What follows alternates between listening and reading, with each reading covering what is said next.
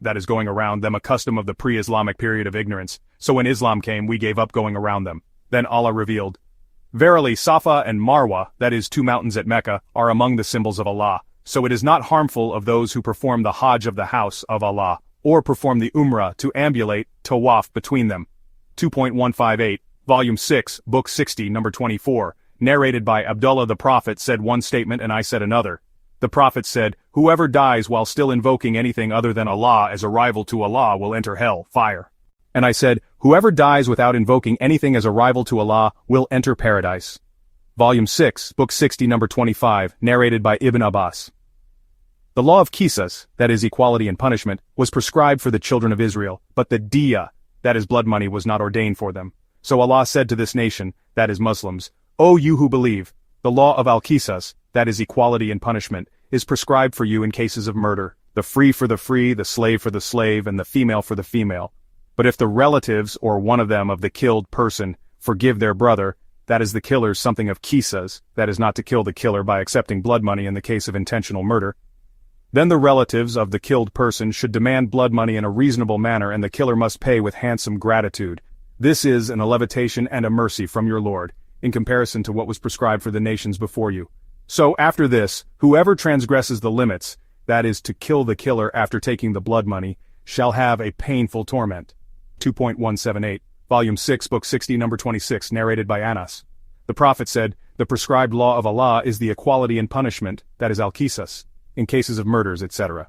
Volume 6, Book 60, Number 27, narrated by Anas, that his aunt Arubai broke an incisor tooth of a girl. My aunt's family requested the girl's relatives for forgiveness but they refused. Then they proposed a compensation but they refused. Then they went to Allah's apostle and refused everything except al-Qisas, that is equality in punishment. So Allah's apostle passed the judgment of al-Qisas, that is equality of punishment. Anas bin al-Nadir said, "O Allah's apostle, will the incisor tooth of Arubai be broken?" "No, by him who sent you with the truth her incisor tooth will not be broken." Allah's apostle said, "O Anas, the prescribed law of Allah is equality in punishment, that is al-Qisas." Thereupon those people became satisfied and forgave her. Then Allah's apostle said, "Among Allah's worshippers there are some who, if they took Allah's oath for something, Allah fulfill their oaths." Volume 6, Book 60, Number 28. Narrated by Ibn Umar. Fasting was observed on the day of Ashura, that is 10th of Muharram, by the people of the pre-Islamic period. But when the order of compulsory fasting in the month of Ramadan was revealed, the Prophet said, "It is up to one to fast on it, that is day of Ashura, or not." Volume 6, Book 60, Number 29, narrated by Aisha.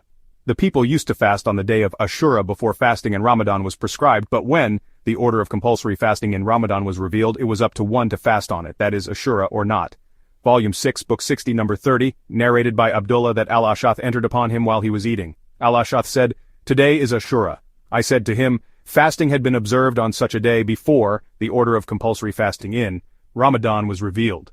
But when the order of fasting in Ramadan was revealed, fasting on Ashura was given up, so come and eat." Volume 6, Book 60, Number 31, narrated by Aisha.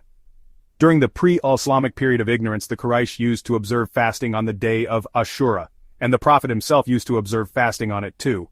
But when he came to Medina, he fasted on that day and ordered the Muslims to fast on it.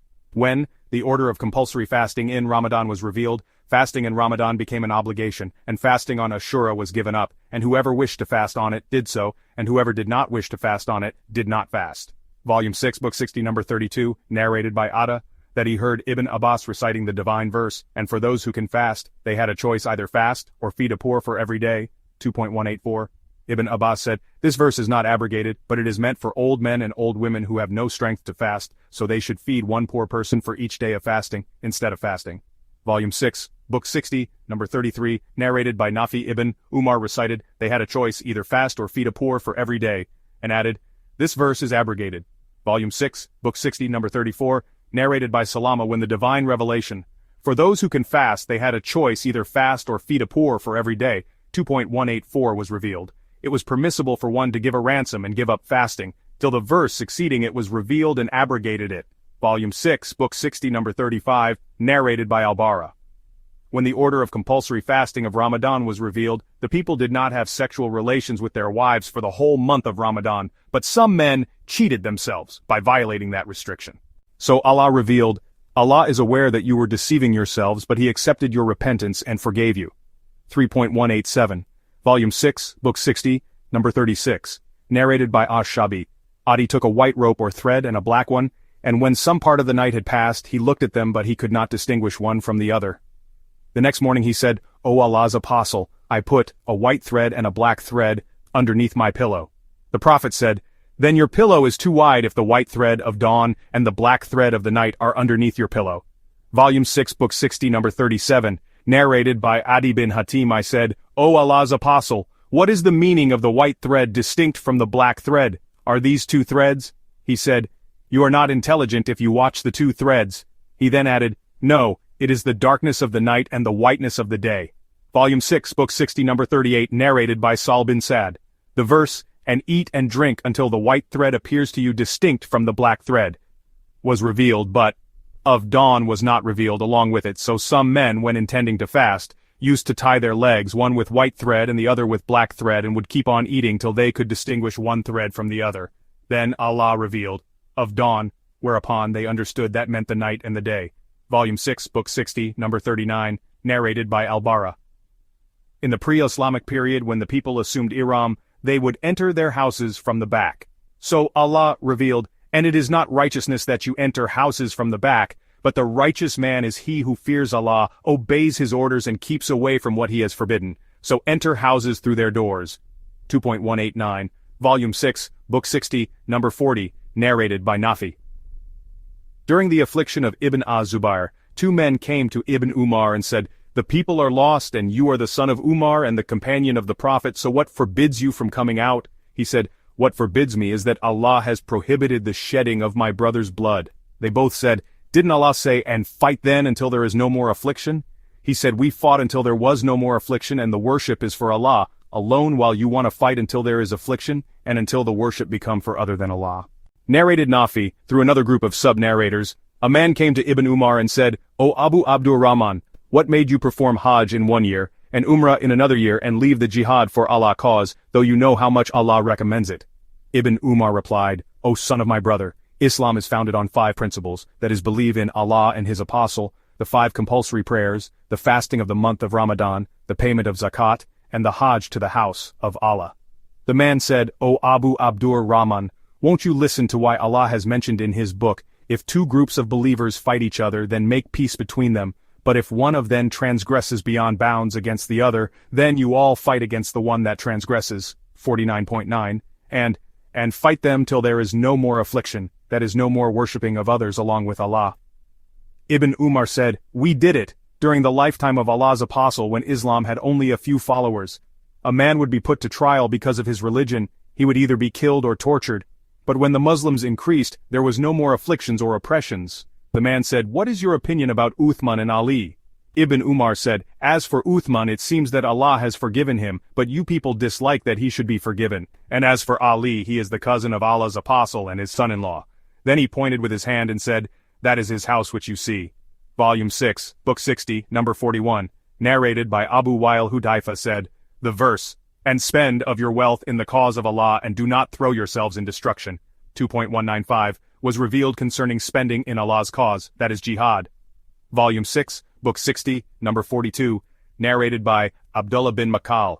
I sat with Ka'b bin Ujra in this mosque, that is Kufa Mosque, and asked him about the meaning of pay a ransom, that is fidya, of either fasting or 2.196. He said, "I was taken to the Prophet while lice were falling on my face. The Prophet said, 'I did not think that your trouble reached to such an extent. Can you afford to slaughter a sheep as a ransom for shaving your head?' I said, 'No.' He said, 'Then fast for 3 days or feed 6 poor persons by giving half a saw of food for each and shave your head.' So the above verse was revealed especially for me and generally for all of you." Volume 6, Book 60, Number 43, narrated by Imran bin Hussein. The verse of Hajjat Tamatu was revealed in Allah's book, so we performed it with Allah's apostle, and nothing was revealed in Quran to make it illegal, nor did the Prophet prohibit it till he died. But the man who regarded it illegal just expressed what his own mind suggested. Volume 6, Book 60, Number 44, narrated by Ibn Abbas. Ukaz, Mijana and Dul Majaz were markets during the pre-Islamic period. They, that is Muslims, considered it a sin to trade there during the Hajj time, that is season, so this verse was revealed. "There is no harm for you if you seek of the bounty of your Lord during the Hajj season." 2.198, Volume 6, Book 60, Number 45, narrated by Aisha. The Quraysh people and those who embraced their religion used to stay at Muzdalifah and used to call themselves Al-Hums, while the rest of the Arabs used to stay at Arafat. When Islam came, Allah ordered His Prophet to go to Arafat and stay at it, and then pass on from there, and that is what is meant by the statement of Allah. Then depart from the place whence all the people depart. 2.199. Volume 6, Book 60, Number 46, narrated by Ibn Abbas. A man who wants to perform the Hajj from Mecca can perform the Tawaf around the Kaaba as long as he is not in the state of Ihram till he assumes the Ihram for Hajj. Then, if he rides and proceeds to Arafat, he should take a hadi, that is animal for sacrifice, either a camel or a cow or a sheep, whatever he can afford. But if he cannot afford it, he should fast for 3 days during the Hajj before the day of Arafat. But if the third day of his fasting happens to be the day of Arafat, that is 9th of Dhul Hijjah, then it is no sin for him to fast on it. Then he should proceed to Arafat and stay there from the time of the Asr prayer till darkness falls. Then the pilgrims should proceed from Arafat, and when they have departed from it, they reach Jam, that is Al-Muzdalifah, where they ask Allah to help them to be righteous and dutiful to Him, and there they remember Allah greatly or say Takbir, that is Allah is greater, and Ta'lil, that is none has the right to be worshipped but Allah, repeatedly before dawn breaks. Then, after offering the morning, Fajr prayer, you should pass on to Mina, for the people used to do so, and Allah said, Then depart from the place whence all the people depart. And ask for Allah's forgiveness. Truly, Allah is oft forgiving, most merciful. 2.199. Then you should go on doing so till you throw pebbles over the Jamra. Volume 6, Book 60, Number 47, narrated by Anas. The Prophet used to say, O Allah our Lord, give us in this world that which is good and in the hereafter that which is good, and save us from the torment of the fire. 2.201. Volume 6, Book 60, Number 48, narrated by Aisha. The Prophet said, The most hated man in the sight of Allah is the one who is the most quarrelsome. Narrated. Aisha. The Prophet said, Or do you think that you shall enter paradise without such trials as came to those who passed away before you? 2.214, Volume 6, Book 60, Number 49, narrated by Ibn Abu Mulaika. Ibn Abbas recited, Respite will be granted, until when the apostles gave up hope of their people, and thought that they were denied by their people, there came to them our help. 12.110, reading Kudibu without doubling the sound, dh, and that was what he understood of the verse. Then he went on reciting, Even the apostle and those who believed along with him said, When will come Allah's help? Yes, verily Allah's help is near. 2.214. Then I met Urwa bin Az-Zubair and I mentioned that to him. He said, Aisha said, Allah forbid, by Allah, Allah never promised his apostle anything, but he knew that it would certainly happen before he died.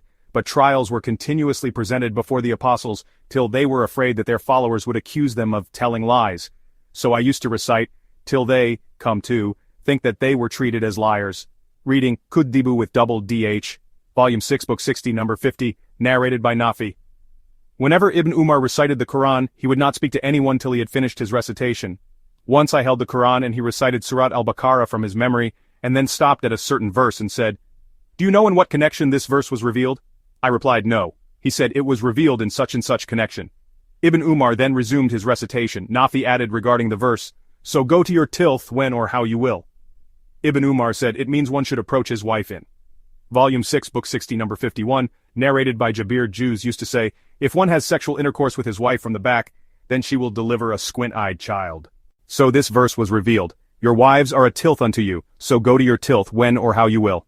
2.223. Volume 6, Book 60, Number 52, narrated by Al-Hasan. The sister of Makal bin Yassar was divorced by her husband who left her till she had fulfilled her term of Idat, that is the period which should elapse before she can remarry, and then he wanted to remarry her, but Makal refused. So this verse was revealed. Do not prevent them from marrying their former husbands. 2.232, Volume 6, Book 60, Number 53, narrated by Ibn Az-Zubair. I said to Uthman bin Affan, while he was collecting the Quran, regarding the verse, Those of you who die and leave wives, 2.240. This verse was abrogated by another verse, so why should you write it or leave it in the Quran? Uthman said, O son of my brother, I will not shift anything of it from its place. Volume